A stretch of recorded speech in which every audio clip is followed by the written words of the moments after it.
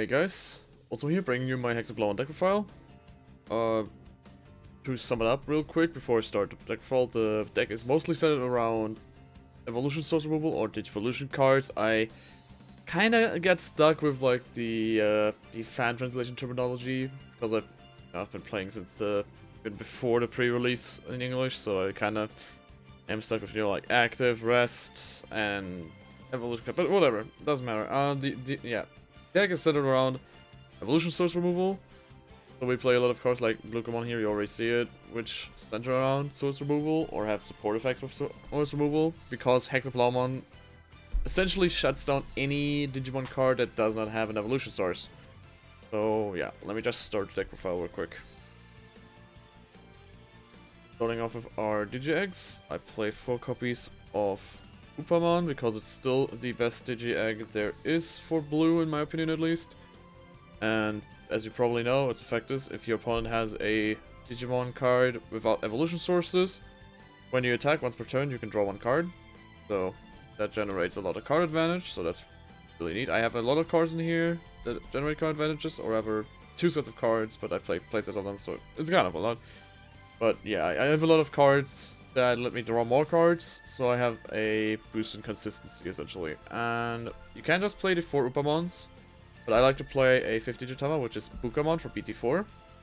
And what this Vuelamon does is, when you attack, this is also not once per turn, keep that in mind. When you attack with this, you can remove the evolution source of a level 4 or lower Digimon on your opponent's side of the board. So this also kind of helps you to get off the effects from like Vuelamon, Gomamon and stuff. So yeah, kind of useful, but Vuelamon is still kind of more important in a sense, because you do want that draw advantage, so I only run 1 Vuelamon. But you can run as many as you want, of course. Like, this deck profile is just the way that I play Hexeblaumon. Right, so next up we play 4 copies of Vuelamon as a first main deck card. What Vuelamon does is that once per turn, when a evolution source of your opponent's Digimon is trashed, gain 1 memory. So this essentially turns cards like your Chris Paledramon into a 2 cost, or your Paledramon into a 1 cost, but you have to make sure that, you know, like for Paledramon's effect, it's a 1 Digivolving effect, so when Digivolving effects, the Vuelamon needs to be outside of the erasing area for that to happen. But it's still a really good card, especially late game when you have Hexeblaumon that just swings and removes evolution sources. So yeah, this will help you generate a lot of memory. Next up, we play 4 copies of a card that I've seen a rise of price in, at least on TCG Player. I haven't really checked on the German TCG Discord that I'm in, if like the price is also as insane as on TCG Player, but I think on TCG Player, Gomamon is like 15 bucks, and on eBay as well. I haven't checked after the main release, so it could have dropped already. I assume it's because of hype, but it's essentially another set of Vuelamon, like quite literally another set of Vuelamon, or rather, Vuelamon is another set of Gomamon, just kind of better, even though it's like 1 cost more to play, but it has 3000 DP, which makes it kind of better. But yeah, it's the exact same effect. So again, when you trash an evolution source, gain 1 memory once per turn. So yeah, that's why I play 4 copies of it. If you cannot get Gomamon, don't worry, just run a different level 3. Like, for example, the other memory Gomamon, like the one, you know, with the undulation effect. Just so you have it at level 3. So, yeah. You don't have to play the Gomamon, but it is, you know, for consistency, I guess. Speaking of consistency, we do play 4 copies of the Draw 1 Gabumon. Because, again, as I said, I play a lot of draw cards in here to boost consistency, so I can get to Hexeblaumon faster. And as you probably know, since this is a BT1 card, so we have it since the launch of the game, you just play the Gabumon, then you draw 1. So yeah, that's pretty much that. Then I play 2 copies of Paledramon. At first I was considering to play Angemon on this, but then I reconsidered because, like I said, this essentially turns Paledramon into a 1-cost Digivolution because of all the memory gain low freeze that we play. So what Paledramon does is that when it's Digivolved, you trash the 2 bottom Digivolution cards from your opponent's Digimon. Oh well, one of your opponent's Digimon. So yeah, again, this triggers your level 3s, and it also sets up for Hexeblaumon. So again, really useful card. Then I play 2 copies of Lobomon. The reason we play Lobomon is because, well, it's just an extra swing. So let's say your opponent has zero security. You already swung away all the security with Hexeblaumon or some of the other cards. You just need that one little hit and you still have 2 memory, or you had 1 and have a hammer spark so you can go to 2, and you have a blue tamer on your field, which in most cases you do, because deck plays a entire playset of blue tamers. So chance is likely that you at least have 1 on the field. So yeah, just Digivolve into Lobomon and swing for game. That's like really, really cool. Like I really like Lobomon, this deck. But I haven't really like tried it against other people yet. I'm still waiting for most of my friends to get their BT5 cards, so I'll do some playtesting then, I guess. Next up, I play 4 copies of Vuelamon because he's essentially blue Numamon. I am a big fan of Numamon in black because it's just a free-to-play 1-2-12, and Vuelamon is exactly the same. It's literally just blue and has a different name than Numamon, but other than that, it's exactly the same. Free cost to play, 1-2-12, 3000 DP.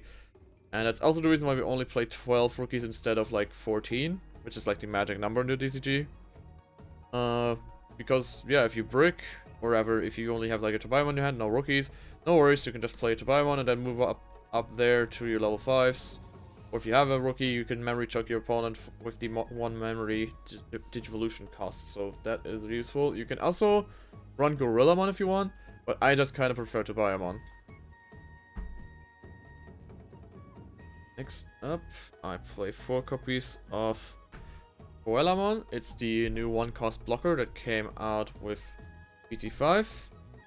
And it's essentially exactly like Grizzlymon, just that it has 1000 DP less, 1 memory less to Digivolve, but it has 1 more cost to be hard played, so keep that in mind.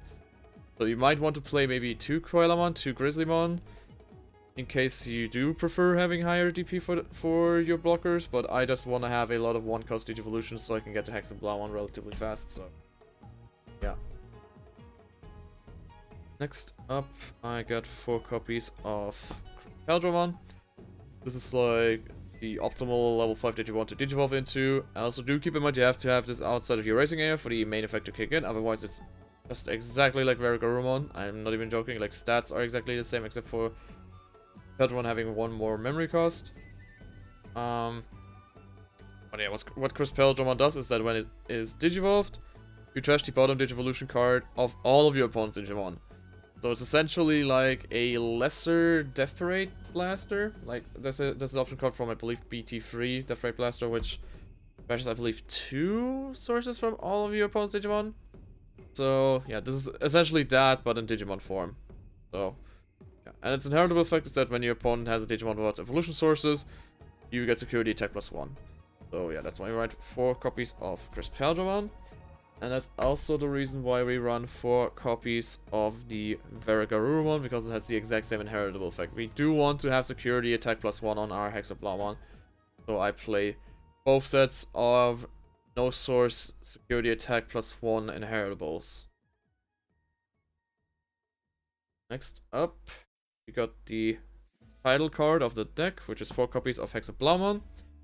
What Hexeblaumon does is that when attacking, you can trash the 2 bottom sources of one of your opponent's Digimon. And then if your opponent has a Digimon without sources, this Digimon gains jamming. So it's really good because it'll literally beat over any of your opponent's Digimon. Just like one of the reasons why I don't play level 7s in this deck. And its secondary effect is that during all turns, so either your turn or your opponent's turn, all of your opponent's Digimon without sources can neither block or attack, which makes Hexeblaumon really strong. Because in most cases, when your opponent has a blocker on the field, it'll have only 2 sources. I think in like pretty much every situation it's only gonna have 2 sources, and if it isn't, you're playing against black, so yeah. But yeah, you could just swing, get rid of the source of the blocker, and the attack will just go through, because the blocker cannot block anymore. So yeah, Hexeblaumon is really, really strong in my opinion. I don't know if he's like tier 1 material. I haven't really like tried him out in a tournament setting. But I just really, really like the mechanic of this entire deck, thanks to Hexeblaumon, because I just love control decks. So, yeah, Hexeblaumon is definitely like my kind of deck. It's probably gonna be my main deck for a while. And next up, finally, considering my channel mascot's a Vuelamon, and I have this All Force playmat and everything, Finally, I have a deck that plays Ulforce, or rather, I have a deck that plays Ulforce that I'm actually showing off on my channel. I meant to record an Ulforce Vuelamon deck when 1.5 rolled around, but I never got to it, and by the time that I would have gotten to it, BT4 rolled around, and that power crapped Ulforce. So, yeah. I mean, I could have still played Ulforce, of course, but, you know, Imperial Dramon was better. There was a lot of other stuff that was just better.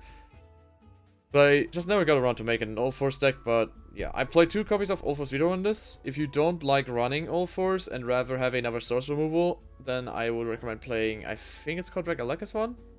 I don't quite remember what its effect is. I think it does source removal as well.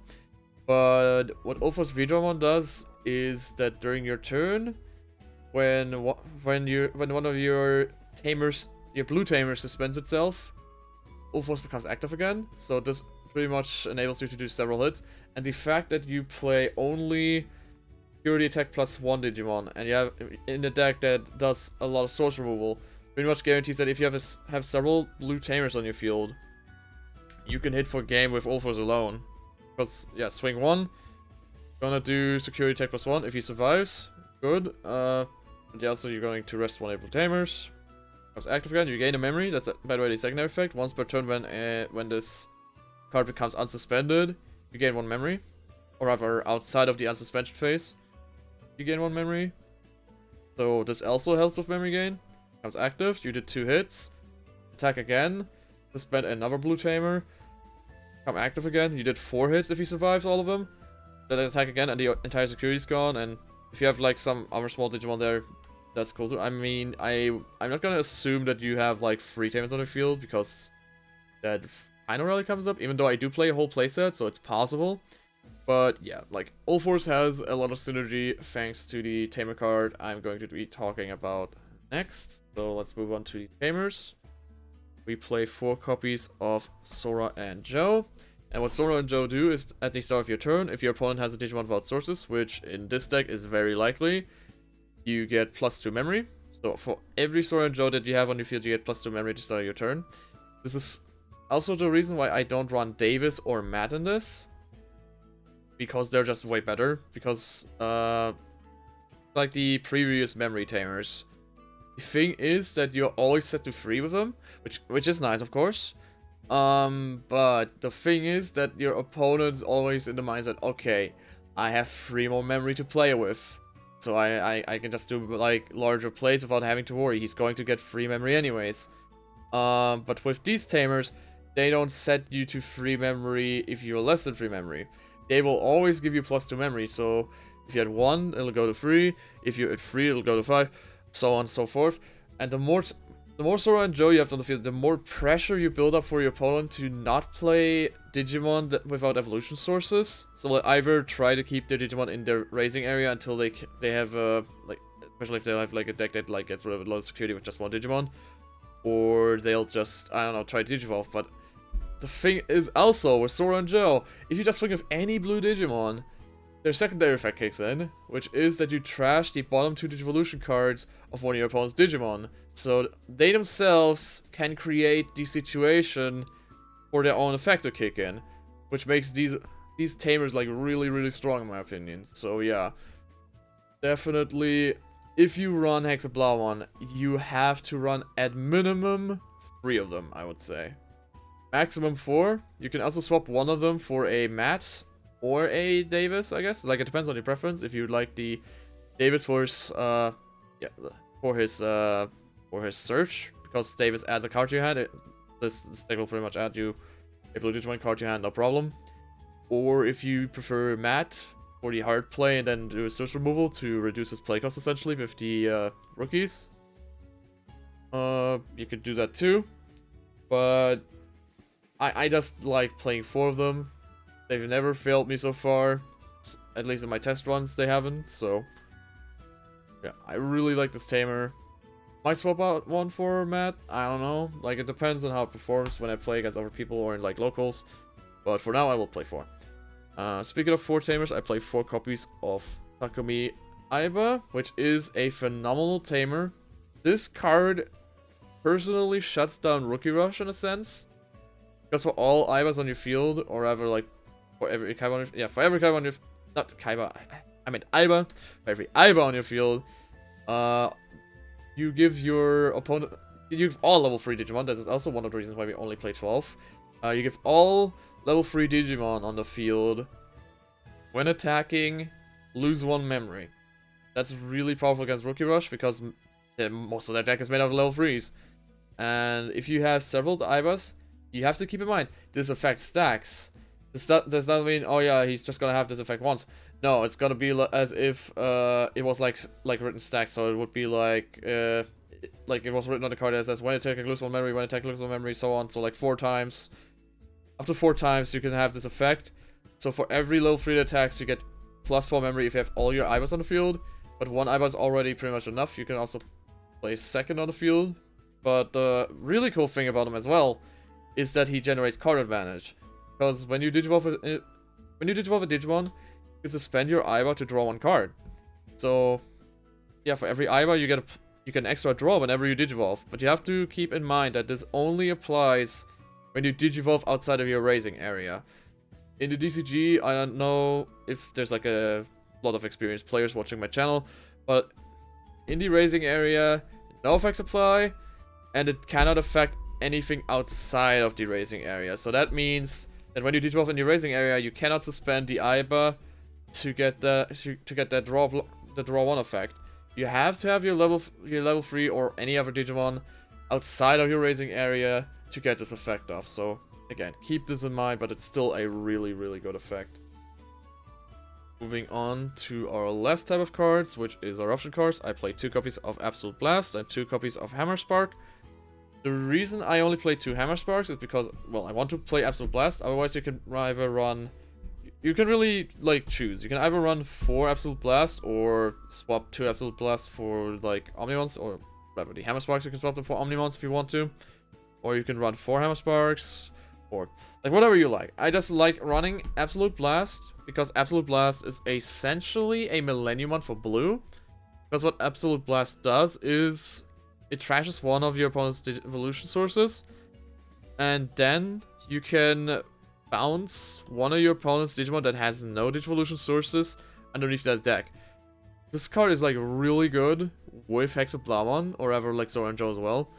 Because if your opponent just has any card that has no Digivolution sources, for example like a level 6, with Zora and Joe and a Hexeblaumon, with one swing you get rid of all of their evolution sources. You just play Absolute Blast, and it's gone. They cannot digivolve into their level 7 or anything. And that's really good. It also activates Insecurity, so that's also really good. I hate cards that add themselves to your hand, unless it's like very specific cards that require, like, you know, specific Digimon to be on the field or something. So I'm really glad that this actually activates Insecurity, so this can really save you a turn. But yeah, other than that, Hammer Spark, plus 1 memory, you already know the Security, plus 2 memory, so yeah. That's pretty much it. Alright, so that's it for my Hexeblaumon deck profile. If you enjoyed the video, leave a like and a comment, subscribe if you want to, and I'll see you guys next time. Bye.